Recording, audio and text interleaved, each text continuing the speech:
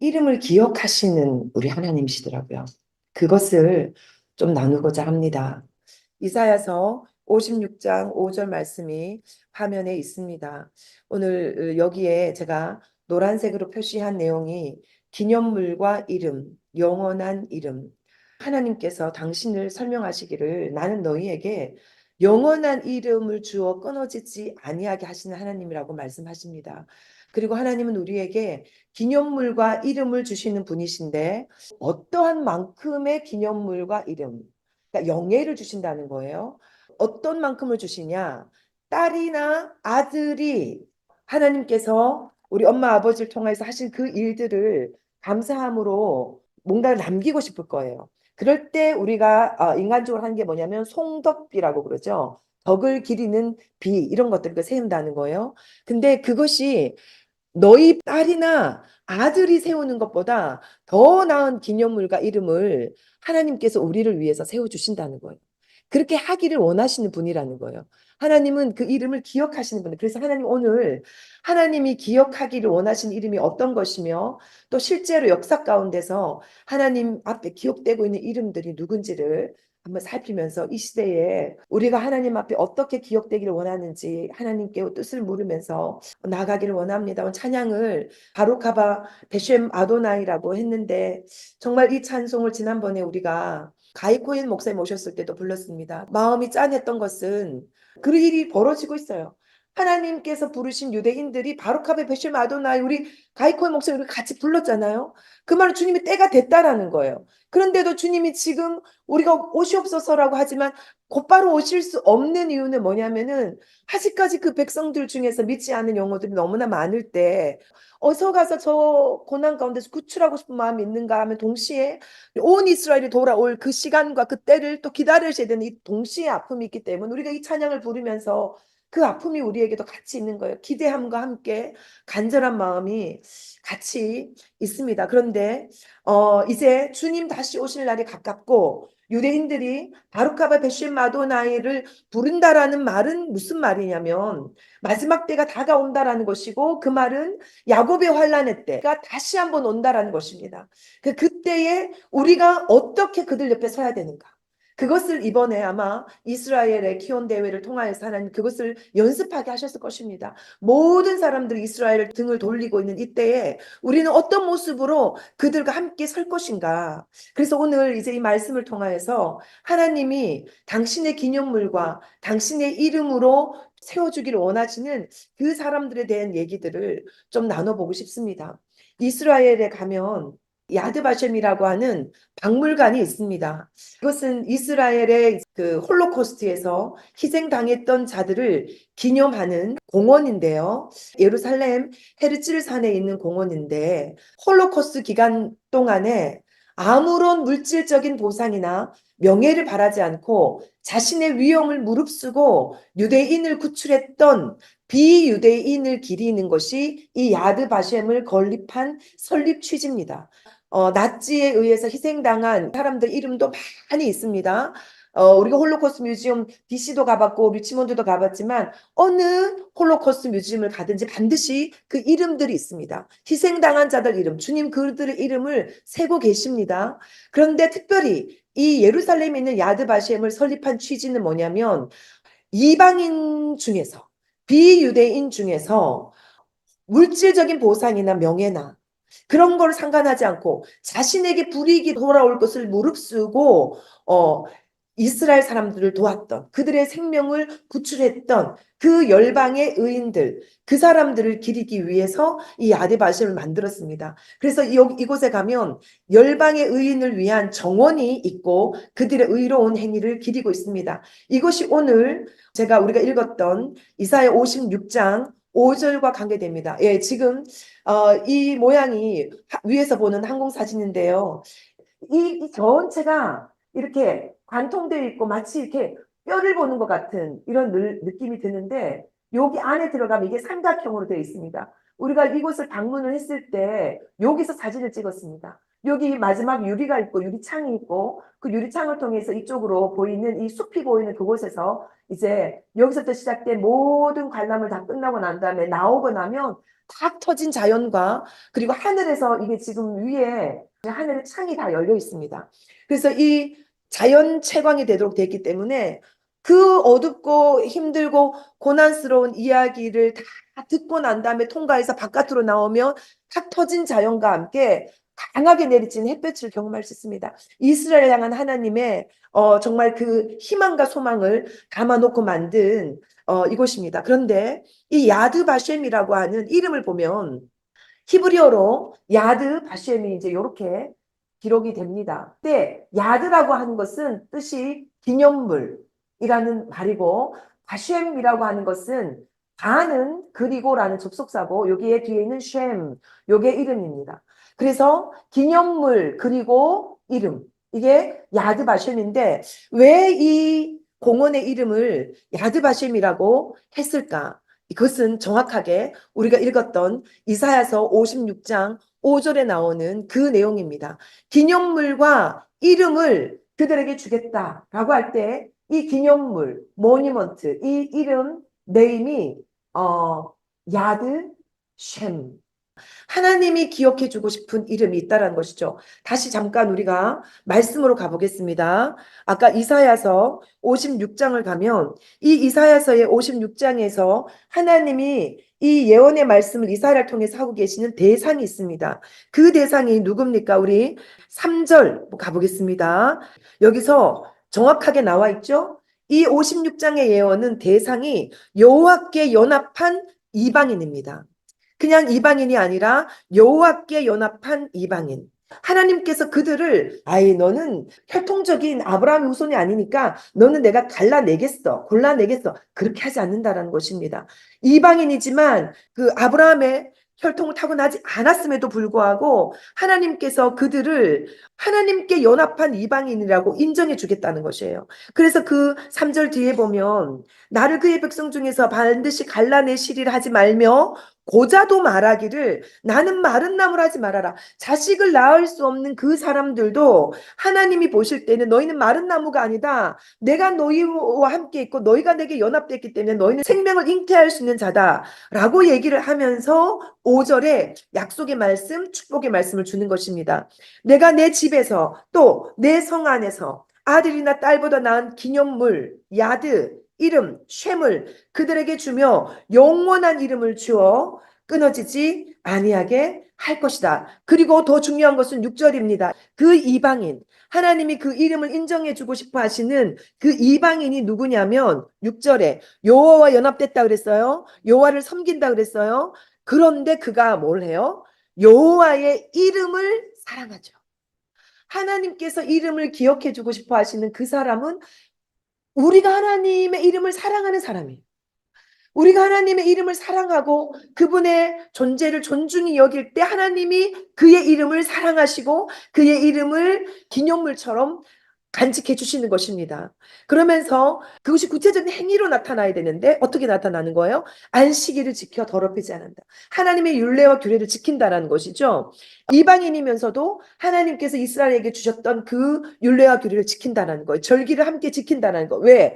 절기를 지키는 규칙적인 행위가 중요한 것이 아니라 하나님께서 주신 그 절기를 허락하신 마음의 동의를 하고 그 뜻을 쫓아간다는 것이죠. 그러면서 나의 언약을 굳게 지키는 이방인마다 7절 읽겠습니다. 만민의 기도하는 집이라고 하는 이것을 이방인 너희를 향해서도 내가 쓸 수 있는 용어로 만들어 주겠다고 주님 허락하셨기 때문에 우리가 저 배너를 걸고 우리도 이곳에서 기도할 수가 있습니다. 근데 주님이 뭐라고 그러셨어요? 내가 곧 그들, 그 하나님께 연합된 이방인들을 나의 성산으로 인도한다 그랬죠. 이 성산은 어디냐면은 시온산이에요. 거기가 뭐가 있었어요? 성전이 있었던 산이죠. 하나님께 예배드렸던 곳이에요. 그리고 성전 있기 전에 뭐가 있었던 곳이에요?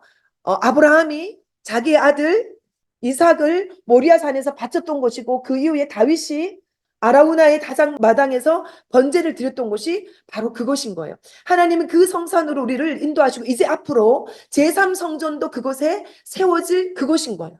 하나님이 그곳으로 인도하여서 기도하는 내 집에서 그들을 내가 기쁘게 하겠다. 우리가 주님을 기뻐하고 주의 이름을 기뻐해서 우리가 주님을 예배하면 주님이 우리를 또 기쁘게 해주시겠다는 거예요. 이 사랑의 관계 안으로 들어간다는 말씀이 이 이사야서 56장의 말씀입니다. 그래서 이제 이 말씀을 기초로 해서 이 야드바셈에 등장하는 인물들을 좀 살펴보고자 합니다. 이 야드바셈을 한번 보시면은요, 왼쪽에 있는 그림, 그러니까 여기가 이제 모든 관람은 끝나고 난 다음에 나왔을 때 나오는 이 로비이고요. 이것은 문 안에 있을 때 내부입니다. 내부의 벽은 일부러 치장이 되어 있지 않습니다. 그냥 콘크리트 벽 그 자체입니다. 그게 뭐가 느껴집니까? 가스실로 가고 수용소로 갔던 이제 그들의 고난의 세월들이 여기에 있고, 모양이 이렇게 삼각뿔처럼 되어 있어서 이게 층층이 이제 여기 앞에서부터 연도별로 좁은 데로 이제 갈수록 더 고난의 시간이 이제 나타나는 거고, 이 위에는 다 햇볕이 들어오는 창으로 이렇게 보여지게 만들어 있습니다. 근데 여기에 보면 이런 많은 조각들이 있습니다. 죽음의 행진이란 제목을 가지고 있는 조각들이고, 여러분 이거 딱 보면 뭐가 느껴지십니까? 예, 나치 강제 수용소에서 학살당한 희생자들, 여러분 그 뼈들 보셨잖아요. 뼈와 같은, 그러니까 그것들을 이제 조각되어 있습니다. 그 중에 이 조각상이 있습니다. 이게 사람입니다. 그렇죠? 사람이고 큰 어른이 있고 작은 어린이들이 많고 이분의 손으로 이 어린이를 감싸고 있습니다. 이 사람이 야누스 콜착이라고 하는 사람입니다. 1878년, 1942년, 그러니까 홀로코스트 돌아가셨는데 폴란드에서 태어난 유대인입니다. 이분은 의사였고요.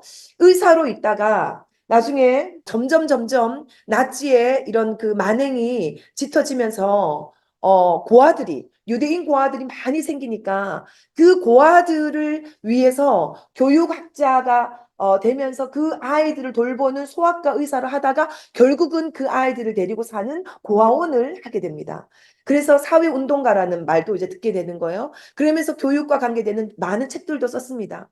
근데 이분이 결국은 트레블랑카 강제 수용소로 가게 됩니다. 자신이 유대인이기는 했지만 자기는 얼마든지 빠져나갈 수 있는 방법들도 인맥들도 있었습니다. 그런데 이 아이들과 함께 가기 위해서 함께 사망의 기차를 타고 수용소에 가서 죽은 사람이, 이걸 조금 더 가까이 보면은 이런 모습이고 오른쪽에는 그분의 실물 모습입니다. 근데 이분의 참 이 조각상에서 이 손이 너무 의미가 있는 것 같아요. 이 손이 이 아이들을 절대 내가 놓치지 않겠다라고 하는 이 모습들이 나타나 있습니다. 예, 영화로도 나왔습니다. 그래서 고아들과 함께 가스실로 향하는 선생님인데 여러분 이 아이들의 표정을 보십시오. 이 표정이 어때요? 얘들이 지금 죽으러 가는 애들의 표정입니까? 그래서 이 분이 마지막에 이렇게 했다는 거예요. 기차를 타면 죽으러 가는 걸 알고 나도 죽고 이 아이도 죽는 것을 아는데 이 아이들에게 마지막까지 그 두려움을 덜어주기 위해서 우리 소풍 가는 거야. 그래서 우리가 함께 즐겁게 가자. 그러면서 아이들 손잡고 가는 거예요. 그럼 마지막까지 포가 몰려올 때 이제 선생님의 품에 안겨서 함께 이제 죽게 되는 거죠. 대표적으로 이 콜착에 그 동상이 이렇게 있으면서 이제 이 열방의 의인들의 정원에 어, 총 51개국, 그러니까 이 콜착은 폴란드 사람에 해당되죠. 근데 한 나라, 근데 나라가 그 한 나라만이 아니라 51개 나라에서 약 27,700명. 제가 보니까 이거는 숫자가 점점 달라지는 걸 보니까 이스라엘에서도 지금 왜 더 찾아내는 것 같아요. 그래서 27,700명의 비유대인들이 있는데 야드바셈에서 이 열방의 의인들이라고 하는 사람들을 뽑는 기준을 네 가지로 정해놨습니다. 이 네 가지를 우리가 같이 한번 읽어보겠습니다. 첫 번째, 시작. 유대인을 강제 수용소나 죽음의 수용소 같은 사망의 위험에서 적극적으로 구출한 사람. 두 번째, 유대인을 구출하기 위해 의인 자신이 삶의 자유가 위협당했을 경우. 세 번째, 유대인을 홀로코스트에서 보호하고 구출한 경우. 네 번째, 유대인을 구하기 위해 의인 자신들은 시대를 역행한 경우. 이게 뭐냐면은 시대의 흐름. 그것을 많은 사람들이 반유대주의 물결이 넘치는데 그 시대의 흐름을 역행해서 이 사람들을 도와주는. 정말 자기 목숨을 내놓아야 되는데 그 위험을 무릅쓰고 했던 사람들. 그 사람들이에요. 이 사람들이 51개국에 2만 7천 명이라고 그랬잖아요. 근데 그 중에 많은 사람들은 이 유럽에 있습니다. 유럽의 유대인 인구 분포를 나타내는 이 지도인데요. 이게 1933년입니다. 1933년은 왜 중요하냐면은 독일에서 나치 히틀러가 이제 제1당이 되어서 정권을 잡았던 그 해가 1933년입니다. 그 당시에 이렇게 많은 이제 유대인들이 몰려 있었는데요. 유대인들은 2000년 이상 유럽에서 살아왔습니다. 이 일이 있기 전에 1933년 있기 이전부터 이미 유럽에서 살아왔어요. 그래서 1933년 미국 유대인 협의회 영감을 바탕으로 해서 추산해 본 결과 그 당시 유럽 유대인의 총 인구가 약 950만 명, 거의 1000만 명의 사람이, 이거는 지금 현재 이스라엘에 있는 사람들의 수치만큼이 되는 것입니다. 근데 당시 전 세계 유대인의 인구가 1530만 명이었는 거에 비해서 60%가 이 유럽에 있었던 거예요. 그 유럽 중에서 특별히 동유럽, 소련, 폴란드 이런 동유럽에 너무 많았는데 그 몇 명 있었냐? 550만 명. 그러니까 유럽에 있었던 유대인 총 인구가 950만 명이었는데 그중에 폴란드와 소련을 합치면 550만 명이라 한다면은 반 이상의 사람들이 이 소련과 폴란드에 있었던 것이죠. 여러분, 여기서 우리가 뭘 아시냐면 우크라이나 전쟁이 터지고 난 다음에 알리아의 물결이 급격히 일어나면서 엄청난 사람들이 그 우크라이나 인근에 있는 폴란드도 마찬가지고, 그리고 구소련에서 탈출하잖아요. 왜 그렇게 사람들이 많냐? 벌써 70년대도 이 소련에서 넘어간 사람들이 엄청 많음에도 불구하고 아직까지 넘어가는데 왜? 처음부터 여기는 인원들이 이렇게 많았기 때문에 그렇습니다. 그래서 유럽에 있었던 총 인구의 반 이상의 사람들이 있던 이곳이었는데 이제 이 곳에서부터 이제 핍박을 당하는 일들이 벌어지면서 홀로코스트가 있었던 이제 1933년부터 시작 그 이후 10여 년 후에 홀로코스트를 통과하면서 전체 유대인의 3분의 2에 해당하는 인원이 사망합니다. 아까 우리가 봤던 그 지도에 나와 있는 그 인원들 중에서 3분의 2가 사라지는 거예요. 근데 놀라운 것은 그런 피바람이 불던 그때에 이 야드바셈에서 조사를 해보니까 그 사람들을 죽기만을 내버려 둔 것이 아니라 그들을 도왔던 의인들이 있더라는 거예요. 그것을 정리를 쫙 한 거예요. 그걸 오늘 차근차근 좀 드려보겠습니다. 첫 번째는 이탈리아입니다. 이탈리아엔 뭐가 있냐면 로마가 있고 교황청이 있죠. 그래서 비록 로마 교황청은 나치 독일과 동맹을 맺었습니다. 이거는 참 악한 것이었고, 그래서 그것으로 인해서 많은 교회들이 나치를 지지하지 않는다 하더라도 말을 못하면서 침묵으로 동조했거든요. 그런데 놀라운 것은 이 이탈리아가, 대부분의 이탈리아 군들은 유대인들을 아우슈비츠로 추방하라는 독일의 요구를 수용하지 않았습니다. 자국 내에 있었던 5만 명 유대인 가운데 4,733명만 보냈습니다. 10%. 그죠? 10%만 보내고 나머지는 보호해 주는 것을 이탈리아 정부 차원에서 했다라는 것을 알 수가 있습니다. 너무 감사한 이야기죠. 그리고 덴마크로 갑니다. 덴마크의 경우에 1943년 늦은 가을에 나치 독일의 만행에서 보호하고자 자국 내에 있던 8,000명의 유대인 중에서 7,200명을 그 당시 유대인 난민처를 적용하고 있던 인근에 있는 스웨덴으로 보냈습니다. 그러니까 덴마크에 있는 사람들을 스웨덴으로 옮겼는데 왜 옮겼냐? 그 스웨덴에는 유대인 난민처가 있었기 때문에. 그래서 그 사람들을 8,000명 중에 7,200명이면은 90% 넘는 사람의 인원들을 보호해주는 역할을 덴마크가 했습니다. 알바니아라는 나라가, 여기 조그만 나라가 있는데요. 2차 세계대전 중에 본국이 독일에 점령당한 기간 중에도, 그러니까 독일의 통치를 받고 있기 때문에 유대인들을 죽여야 되는데 알바니아의 난민촌에 거하던 유대인 중 단 한 명도 아우슈비츠로 보내지지 않았습니다. 알바니아 본국에 있었던 200명의 유대인도 전원 무사했습니다. 또 놀라운 은혜죠. 불가리아. 이 불가리아 한번 읽어보겠습니다. 시작. 불가리아 정부가 자국 내 5만 명의 유대인들에게 여러 가지 제약을 주긴 했지만 독일 점령 중 보리스 3세 왕은 자국 내 유대인들 단 한 명도 죽음의 캠프로 보내지 않도록 끝까지 막아내는데 성공했습니다. 예. 그러니까 이제 제가 요 그림을 보여주면서 지금 공통적으로 하고 있는 게 있죠. 왼쪽에 유럽에 있었던 유대인들 수치가 나타난 여기 이것이 이 불가리아 나라가 있는 것이 여기인데 이 나라가 세계 지도 가운데 보면 여기다 이 국기가 이런 거다라는 것을 좀 이렇게 정보 차원에서 알기 위해서 이렇게 해놨는데요. 제가 이것을 찾으면서 이렇게 정리하면서 참 기뻤던 것이 뭐냐면 하나님이 정말 숨겨놓으신 우리 지금 바알과 아세라의 무릎 꿇지 않은 7천 명을 남겨놨다고 엘리야에게 말씀하시듯이 하나님이 그 시대에도 그 일들을 하셨구나라는 것을 곳곳에 곳곳에 그래서 이 나라들을 좀 짚어보고 싶었어요. 그래서 너무너무 감사한 이야기들입니다. 프랑스도 있는데요.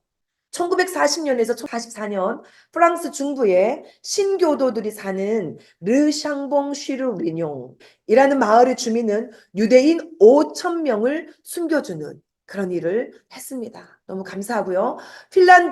이 핀란드는 저 위에 사실은 이렇게 길쭉하게 생긴 지도부 때문에 위에 더 있어야 되는 이 지도 자체가 잘렸기 때문에 이렇게 하면 되지 원래 이렇게 길쭉하게 생겼습니다. 핀란드 헬싱키가 수도죠. 이 헬싱키 주재 독일 대사 아돌프 히틀러에게 보내는 서한에서 이렇게 얘기했어요. 핀란드 내의 유대인 시민들은 한 사람도 아우슈비츠로 보내지지 않은 것 같다. 이 국가가 어떤 방식으로든 이스라엘 사람들을 보호해 준 거죠. 독일 본토입니다. 독일 본토에 참 놀라운 일이 있었어요. 여기는 이제 인물이 나옵니다. 인물의 이름이 헬무트 클레이니케라는 사람이고 이 사람 옷을 보면 딱 알다시피 이 사람은 나치 당원입니다. 1933년에 나치당에 조인해서 고급 간부가 되었어요. 그런데 그가 흐르자노우라는 건축공사를 지휘하는데 이 사람이 나치의 계획을 알게 된 거예요. 그래서 자기가 나치의 배지를 달고 있고 나치의 간부로서 역할을 하는 그 힘을 이용을 해서 어떻게 했냐? 아우슈비츠로 수송되는 유대인들을 현장 노동자라는 명목으로 구해냅니다. 내가 이 건축공사를 하고 있는데 인부가 필요하다. 그러면서 유대인들을 빼내서 노동자로 사용합니다. 뿐만 아니라 그의 지하실에 약하고 나이 든 유대인들을 피신시켰습니다. 여러분 약하고 나이 든 왜 이런 말이 있는지 알죠? 홀로코스트에 갈 때 첫 번째로 죽어가는 사람들은 약하고 나이 든 사람이었습니다. 이 사람들은 1순위로 죽어야 되는 사람들인데 자기 지하실 이 사람들 기침이라도 하면 어떻게 되겠어요? 그 사람들을 자기 목숨을 거는 일을 했고 그래서 수백 명의 유대인들을 구해내는 독일 인물이 있었습니다. 역사는 기억합니다. 그렇죠? 그리고 이 독일에 또 있었던 또 다른 사람 우리가 영화로도 아는 이 사람입니다. 누굽니까? 오스카 쉰들러죠. 그래서 이분은 독일계 체코인 사업가였어요. 근데 오스카 쉰들러 이 사람 역시 나치 당원이었어요. 그래서 나치당에 엄청난 뇌물을 주고 하면서 많은 일들을 자기 이익을 위해서 살았던 사람이고 이제 2차 세계 대전이 터졌으니 자기가 바랐던 것은 뭐냐면은 이 전쟁의 위기를 통해 가지고 돈을 벌어보려고 어떤 아이디어를 냈냐면 그 유대인들을 쓰면 인건비가 줄 수 있잖아요. 이 사람들한테 원래는 100달러를 줘야 됐다 그러면 니들 수용소 뭐 개토로 안 가는 대신에 우리한테 일을 해 그리고 봉급은 좀 적게 줄게 이렇게 해도 된단 말이에요. 그 목적을 가지고 이제 이 사람들을 싸게 쓰려고 그 머리를 돌렸던 거예요. 근데 그거를 돌리고 사람들을 쓰면서 점점 이 독일 정부에서 억제 오는 것을 느끼는 거예요. 거기서 그냥 단순히 개토로 가는 정도 차원이 아니라 이 사람들 지금 학살하겠구나라는 것을 느끼기 시작을 하면서 이 사람이 갖은 머리를 써가지고 우리는 군수 물자를 만드는 컴퍼니를 합니다. 그러면서 여기에 사람들이 필요합니다. 그러면서 그 사람들을 하나씩 이제 인부로 쓰기 시작하는데 나중에는 그 한 사람당 얼마씩의 뇌물을 주면서 빼내옵니다. 빼내와서 자기 공장에서 일을 하게 합니다. 나중에는 자신의 거의 전 재산, 전 돈밖에 몰랐던 사람이고 너무나 세속적인 사람이었는데 하나님이 주신 마음이었겠죠. 그 양심에 따라서 그들을 놓아 보낼 수 없었기 때문에 끝까지 그들을 돕다가 그럼에도 불구하고 자기 힘이 붙어서 더 이상 하지 못했을 때 마지막에 우리 영화에 보시면 아시잖아요. 그죠? 자기 반지를 보면서 이 반지가 있었는데 이 반지 하나를 내가 팔았으면 한 명의 목숨을 도구할 수 있었는데 했던 그런 것들을 우리가 봅니다. 그래서 이 한 사람을 통해서 1200명의 목숨을 구하는 일들이 있었습니다.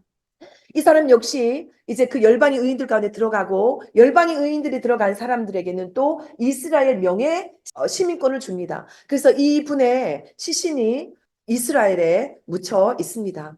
그리고 폴란드, 우리가 아까 봤던 그 폴란드 콜착입니다. 폴란드에 사는 유대인들을 학살하기 위해서 어느 유대인 학교를 급습해서 왔을 때 이 콜착생님은 부들부들 떨고 있는 유대인 학생들과 함께 기차에 타고 올라서 트레블랑카 강제 수용소로 끌려가서 학생들과 함께 가스실로 들어갑니다. 이분은 의사였어요. 그래서 많은 인맥이 있었고 자기는 너무나 그 뿌리를 잘 내리고 살았던 사람이었기 때문에 옆에 있는 사람들이 너 유대인이지만 수용소를 안 가도 되게 모든 것을 도와주겠다라고 했고 이 정부에서도 너의 그동안에 우리 사회를 위해서 했던 공헌했던 걸 우리가 인정을 해서 너는 살려줄 게니까 대신에 그 고아들과 고아원을 우리에게 넘겨라. 그러면 너의 생명은 살려주겠다라고 얘기했는데 그 모든 유혹을 뿌리치고 그 아이들 떨고 있는 아이들과 함께 수용소로 들어가고 가스실로 들어갑니다. 이 그림이 이제 아까 봤던 동상이랑 다른 거죠. 이것이 이분이 살았던 폴란드에서 만들어 놓은 이분을 위한 동상입니다. 이제 영국으로 가면요. 이 영국에는 윈게이트라고 하는 인물이 있습니다. 이 윈게이트는 팔레스타인의 군 복무했던 영국 장교였어요. 근데 이분이 하나님을 경외한 사람이었던 것 같아요. 하나님이 어느 날 이분 마음 안에 유대인 군대를 일으켜 훈련시키는 일을 도와야 한다. 이런 부담감을 느낀 거예요. 자기가 영국 장교였기 때문에 지금 유대인들은 완전히 오합지졸이잖아요. 군대로서 준비되어 있지 전혀 못한 상태인데 이들을 군대로 준비시켜야 된다. 이런 부담을 갖고 지하 조직을 통해서 젊은 유대인들을 모읍니다. 그래서 그들에게 병기학을 가르치고 개인 훈련과 윤리 그리고 전투 전략, 체력 훈련 등을 성경적인 확신 가운데서 가르치고 훈련합니다. 그렇게 훈련돼 있던 초기 제자들이 후에 이스라엘 군대의 최고 지도자가 되고 장군들이 되어서 오늘날의 이 막강한 이스라엘 군대를 세우는 밑거름이 되었습니다. 또 한 사람, 군인도 아니었고 의사도 아니었고 사회사업가도 아니었어요. 이분은 누구냐? 이분은 중보기도자입니다. 1938년 9월에 하나님은 이 중보자 리즈 하월스에게 이스라엘이 독립될 거라는 마음을 주신 거예요. 언제 주셨다고요? 1938년에. 그 이스라엘이 독립된 게 몇 년이에요? 1948년이잖아요. 10년 전에 주님이 중보자 리즈 하월스에게 이스라엘이 독립된다. 준비해라. 이런 마음을 주신 거예요. 오늘날 우리에게도 한국이 통일된다. 준비해라라는 마음을 받고 있잖아요. 한 해가 지나도 이루어지지 않고 또 한 해가 지나도 이루어지지 않아서 에이 무슨 일이 있을까 하지만 하나님이 말씀하셨다면 그 일을 이루신다는 거예요. 지금 이뤄가는 과정이라는 거예요. 근데 이분이 준비해야 된다라고 하는 감동을 따라서 어떻게 했냐? 270에이커의 땅을 구입했어요. 그리고 이제 유대인 난민 아이들을 데려오기 위해서 웨일즈의 도피성을 준비합니다. 그리고 이스라엘 난민 아이들이 입국을 위해서 재정을 마련하기 위해서 10만 파운드를 자기가 하고 있던 그 중보자 학교가 있었는데 신학교 같은 거죠. 그 대학에서 그 10만 파운드를 헌금하기로 결정하고 그동안에 대학이 소유하고 있던 모든 토지와 건물들을 팔아서 그것을 헌금합니다. 내어놓습니다.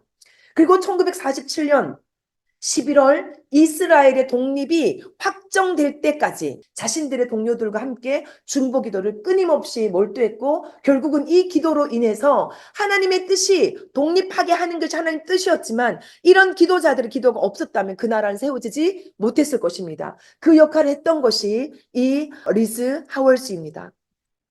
놀라운 것은 제가 지금 왼쪽에 보면 이 지도는 유럽 지도인데요. 오른쪽에 있는 국기는 일본 국기고 일본 열도도 있고 일본 사람이 있습니다. 이 일본 사람은 스기하라 지우네라고 하는 영사입니다. 이 사람이 어디 있었냐면 그 당시에 리투아니아에 있었던 것입니다.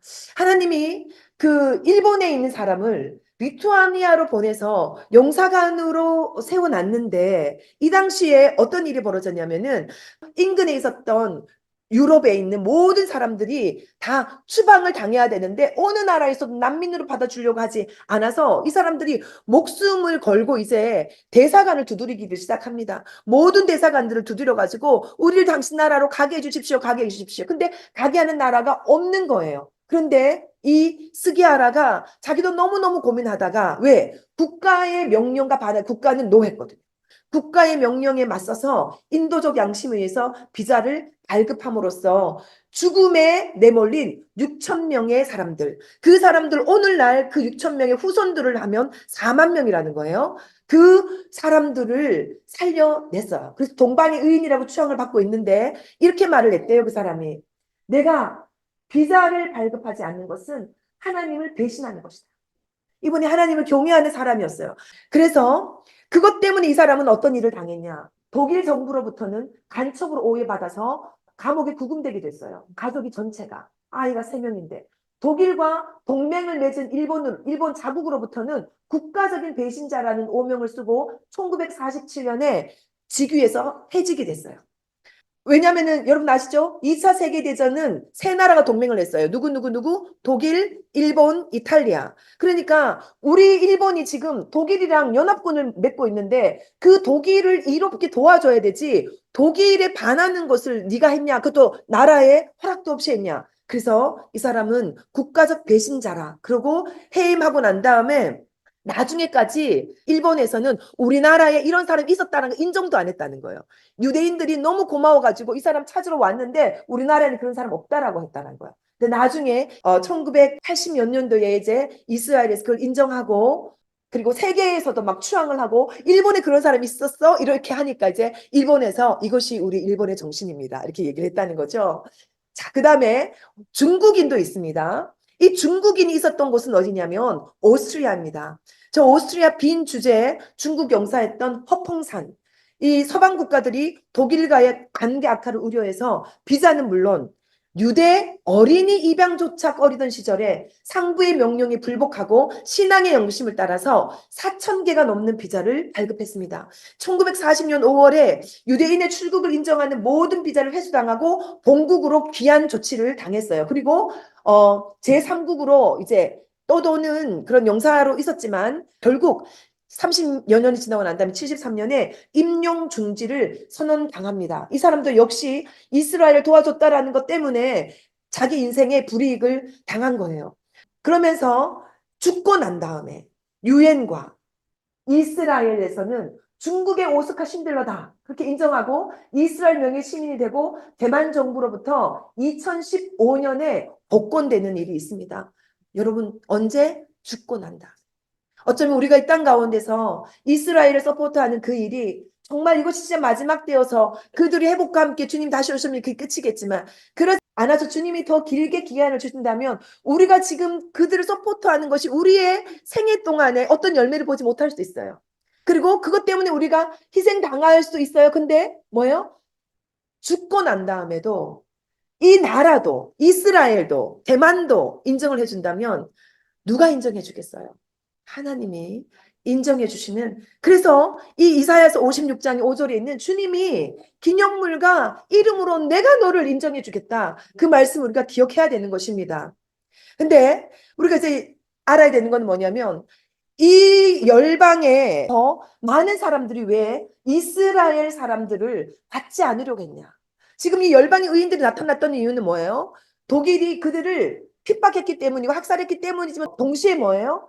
영사관들에서 그 사람들을 받아주지 않기로 했기 때문에 몰래 해야 되는 거고 그러다 보니 그들이 의인의 반열에 오르게 된 건데 우리가 꼭 알아야 되는 것이 뭐냐면 그 당시 있었던 이 에비앙 회담이라는 것을 알아야 됩니다. 이것이 1983년 7월 6일에서 15일까지 프랑스 에비앙 어떤 호텔에서 일어났던 회의인데요. 나치 독일의 유대인 박해로 인해 발생한 독일 및 오스트리아계 유대인 난민 문제를 논의하기 위해서 열린 국제회담이었어요. 나치 독일이 점점 아까 뭐랬어요? 1933년부터 나치가 정권 잡았다 그랬잖아요. 지금 벌써 몇 년 지난 거예요? 5년이라는 시간을 지나면서 지켜보니까 저 사람들이 지금 유대인들을 가만두지 않겠다. 그래서 유대인들이 막 도망가고 있는 거예요. 그러니까 초기에 도망간 사람들 잘한 거죠. 그래서 5년 동안 지켜보니까 이거 그냥 국가적으로 이게 전 세계적으로 그냥 있으면 안 되겠다. 국제적인 문제가 된 거예요. 그래서 이제 독일 및 오스트리아계 유대인 난민 문제를 해결하기 위해서 미국을 비롯해서 서방 세계 모든 나라들이 다 모여가지고 회의를 해서 이 난민을 어떻게 해결할 거냐 그랬는데 그 당시가 뭐냐면 1938년인 거예요. 1929년에 무슨 일이 있었어요? 경제 공황이 왔잖아요. 그러니까 경제적으로 우리도 먹기 힘들고 우리 민족, 우리 국가의 시민들도 먹여 살리기 힘든데 난민들을 받아들일 수 없다. 미국을 비롯한 모든 서방 국가가 우리는 난민을 받지 않겠습니다. 나치가 아무리 고통스럽게 하고 그리고 이들이 그것 때문에 국제 고아가 되어도 우리는 그들을 돕지 않겠습니다. 이 선언이나 똑같았던 거예요. 한 나라만 한 나라만 어느 나라? 도미니카 공화국. 참 이때도 연약하고 작은 나라 한 나라. 이 나라만 10만 명을 우리가 받겠습니다. 복 받을 나라죠? 하고 모든 나라가 이 사람들에게 비자를 발급하지 않겠습니다라고 했어요. 그래서 어떤 일이 벌어졌냐면 맨 마지막 문장 읽어 독일의 시작.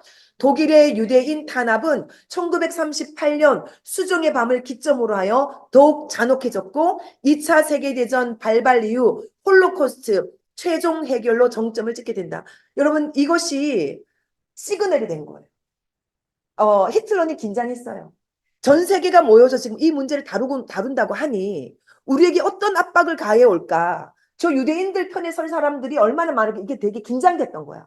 그런데 회의 결과를 보니까 뭐예요? 미국부터 시작을 해가지고 영국, 프랑스 어떤 나라도 우리가 적극적으로 이 유대인들을 난민들을 받아주겠다 말하는 나라가 하나도 없는 거예요. 그거 보고 이 사람이 힘을 얻은 거예요. 이렇게 가도 되는 거네. 이거 문제 없네. 그러면서 그 바로 1938년에 이 이스라엘 사람들을 본격적으로 이제 그 수정의 밤, 유리창을 깨고 회당을 불태우고 이런 일들이 있으면서 그걸 갖다가 아이러니하게 표현한 게 수정의 밤이에요. 그러니까 유리창 깨진 것을 수정의 밤이라는 표현으로 이렇게 하는 거예요.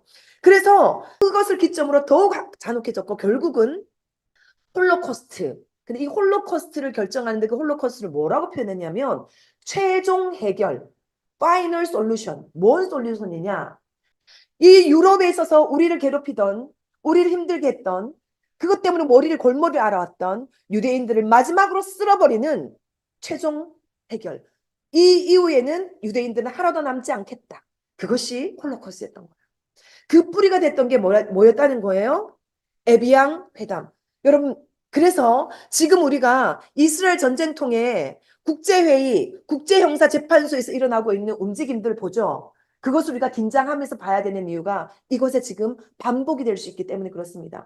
에비앙 회의에서 또 지금 국제형사재판소에서 일어난 그것을 통해서 어떤 구속력은 없어요. 자기가 지금 네타냐후를 체포영장을 발의한다 그랬잖아요. 그러더라도 찰 수가 없거든요. 근데 뭐를 일으키시냐면 여론을 일으키는. 여론을 일으켜서 이스라엘 사람들을 서포트할 수 없도록 사람들의 마음을 멀리 만들고 반유대주의에 힘을 실어주기 때문에 결국은 악한 자가 그 일을 할 수 있는 틈을 만들어주는 거죠. 그런데 여러분 이렇게 전 세계 사람들은 유대인을 등을 돌릴 때 한 사람은 그들 편에 선 사람이 있었습니다. 그렇기 때문에 하나님이 열방의 의인들을 일으켜서 그들을 살려주시고 비자를 내게 하셨어요. 그게 누구예요? 그들의 아버지가 되시고 어머니가 되시는 하나님이십니다. 우리 이사야 49장 15절 읽어보겠습니다. 시작. 이 말씀을 이스라엘을 몰랐을 때는 저에 대한 말씀이라 생각하고 엄청 은혜를 받았습니다. 네, 이스라엘을 이해하고 첫 번째 이 말씀의 적용은 이스라엘에게 마땅히 줘야 된다. 하나님의 마음이에요. 여인이 어찌 그 젖 먹는 자식을 잊겠느냐. 자기 태에서 난 아들을 긍휼히 여기지 않겠느냐. 인간 부모는 혹시 잊을지라도 나는 너를 잊을 수 없다. 내가 너를 내 손바닥에 새겼다. 너의 성벽이 항상 내 앞에 있다. 하나님이 그들을 잊지 않고 계신 겁니다. 그렇기 때문에 그들이 살 수 있는 길을 열어주신 겁니다. 그래서 저 중국에 있는 사람을 유럽으로 보내고 일본에 있는 사람을 유럽으로 보내가지고 그들의 마음을 움직여가지고 내가 이 비자를 내주지 않으면 하나님을 배신하는 것이다. 그 두려운 마음을 가지고 국가의 정책을 어게인스트 하면서도 비자를 내게 하셨던 분은 하나님이신 것입니다. 제가 이것을 왜 이렇게 또 더 많이 깨닫게 됐냐면 제가 논문을 준비하면서 어떤 논문이 발표가 됐냐면요. 1900에서 1950년 사이는 어떤 걸 말하는 거예요. 1차 세계대전이 일어나기 전에 2차 세계대전이 일어난 후에 그러니까 세계대전이 일어나는 전후를 통해 가지고 유럽에서 유대인에게 복음이 증거되었다라고 하는 역사를 연구한 연구가 있어요.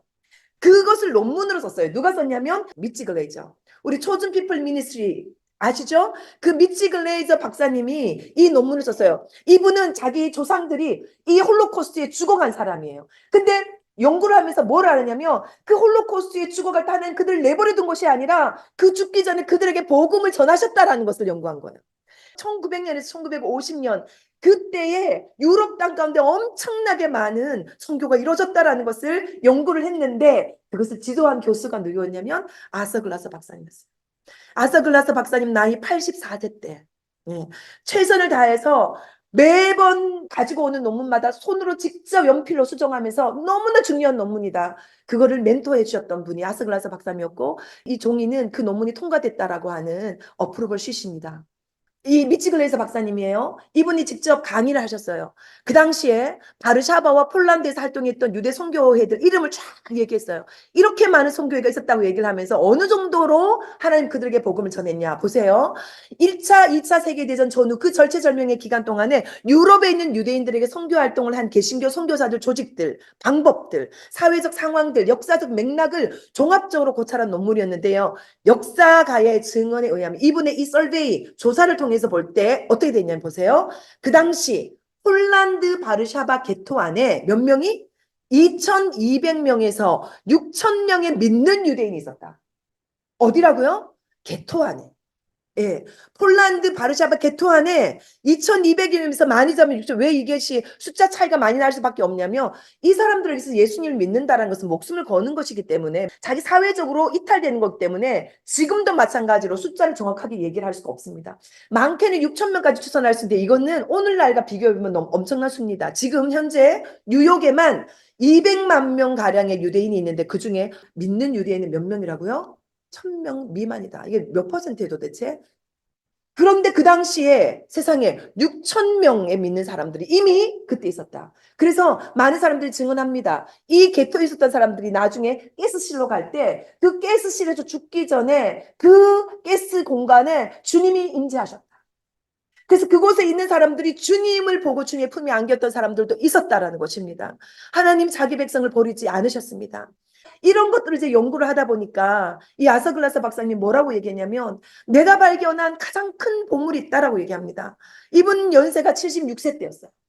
은퇴를 하시고 난 다음에 이제 하나님이 새로운 사역으로 이스라엘에 집중하게 했을 때 My greatest treasure가 있다. 내가 그것을 글을 쓰면서 이걸 얘기하지 않고 내가 말할 수 없다. 그러면서 역사적 나사렛 예수 이 이스라엘이라고 하는 그 땅을 딛고 살았던 그 나사렛 예수 그리스도 이스라엘과 관계되는 이 메시지를 내가 얘기하지 않을 수 없다라고 얘기하면서 나는 내가 진정으로 이 고대 민족 이스라엘 말하는 거예요. 그리고 젊지만 문제가 있는 그들의 나라 뭐예요? 독립한 그 나라 그 나라를 충분히 고려하고 있는지 내가 스스로 자문해야 됐다. 이런 것들을 다 역사를 연구해 보니까 그래서 나는 많은 연구와 고문서 읽기 그리고 새로운 책을 독파해가는 일을 재촉했다. 몇 살에?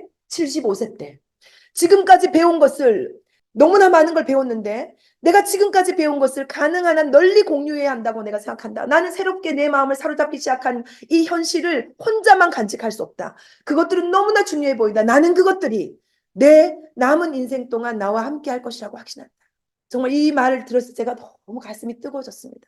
정말 남은 인생 동안에 하나님 우리에게 해야 될 놀랍고 새로운 일들을 알려주시는 것 같은 그래서 이분이 했던 일이 뭐냐면 1988년에 풀러 신학교에서 그래서 유대교 연구와 유대인 전도를 위한 2년제 석사 과정을 개설하기까지 한 거예요. 많은 풀러 신학교 사람들이 지지해줬어요. 인정했어요. 왜냐하면 이분의 그 진심을 알기 때문에. 그래서 그 이분의 이제 고민들 보면 이래요. 이분의 트레이드마크가 하나님 나라라고 그랬잖아요. 풀로 신학교 그 당시에 하나님 나라 연구를 했던 신학자 중에 가장 유명한 분은 조지 엘던 레드라는 분인데 그 사람의 책을 통해서 나는 하나님 나라에 대해서 배웠다. 그거는 코페르니쿠스적인 혁명적 시작이다. 하지만 문제가 이거예요. 하지만부터 읽어보세요. 시작. 하지만 독일 자유교회의 실패와 공산주의 혁명에 대비한 중국 교회의 준비 실패를 떠올렸을 때 그의 글은 나에게 도움이 되지 못했다. 무슨 말이에요? 독일 자기 친척이 있었던 그 사람들의 나치에 동조했는데 그 사람들 다 크리스찬이었다는 거예요. 하나님 나라 신학을 아무리 얘기를 해도 그 사람들의 이 한계를 뛰어넘게 하지 못했다라는 거예요. 또 자기가 중국에서 선교사할 때 추방됐잖아요. 자기가 가르치던 그 사람들이 결국은 중국 공산당에게 협력하면서 공산당원이 되는 거예요. 그런 것들 보면서 우리가 교회 안에서 복음을 증거한다는 것이, 선교한다는 것이 하나님 나라라고 하는 그것만으로 이 사람들에게 온전한 복음이 전해줄 수 없다라고 하는 깊은 고민을 하는 거예요. 그래서 찾은 거예요. 정치화된 신학도 공부해보고 해방 신학도 공부해보고 또 하나님 나라를 언급하는 우리 다른 신학적 이념들을 다 찾아봤지만 도움이 되지 않았다. 결국 뭐를 통해서 도움받았다는 거예요? 이스라엘 통해서 역사하신 하나님, 금요일날 말씀드렸던 그 깨달음들, 땅에 대한 회복들, 이스라엘과 하나님과의 관계, 이스라엘과 언약과의 관계, 이스라엘과 교회 관계, 이스라엘과 미래에 대한 이스라엘과 구원에 대한 관계들을 쫙 깨달으면서 이때부터 계속 돌아가실 때까지 그 글을 쓰면서 정말 이 마지막까지 그 사명을 감당하고 가셨습니다. 오늘 이제 마무리하면서 다시 한번 이 이사야 56장 5절을 읽어보겠습니다. 시작. 내가 내 집에서 내 성 안에서 아들이나 딸보다 나은 기념물과 이름을 그들에게 주며 영원한 이름을 주어 끊어지지 아니하게 할 것이며 하나님 우리에게 이 기념물과 이름을 주기를 원하십니다. 이것은 말라기 3장 16절 17절에서 읽었던 말씀과 유사하죠. 뭐라 그랬습니까? 그때에 여호와를 경외하는 자들이 피차에 말하며 여호와께서 그것을 분명히 들으시고 여호와를 경외하는 자와 그 이름을 존중히 여기는 자를 위하여 여호와 앞에 있는 기념책에 기록하였습니다. 여러분 옆에 있는 사람들 얘기하세요. 당신의 이름이 여호와의 기념책에 기록되어 있습니다.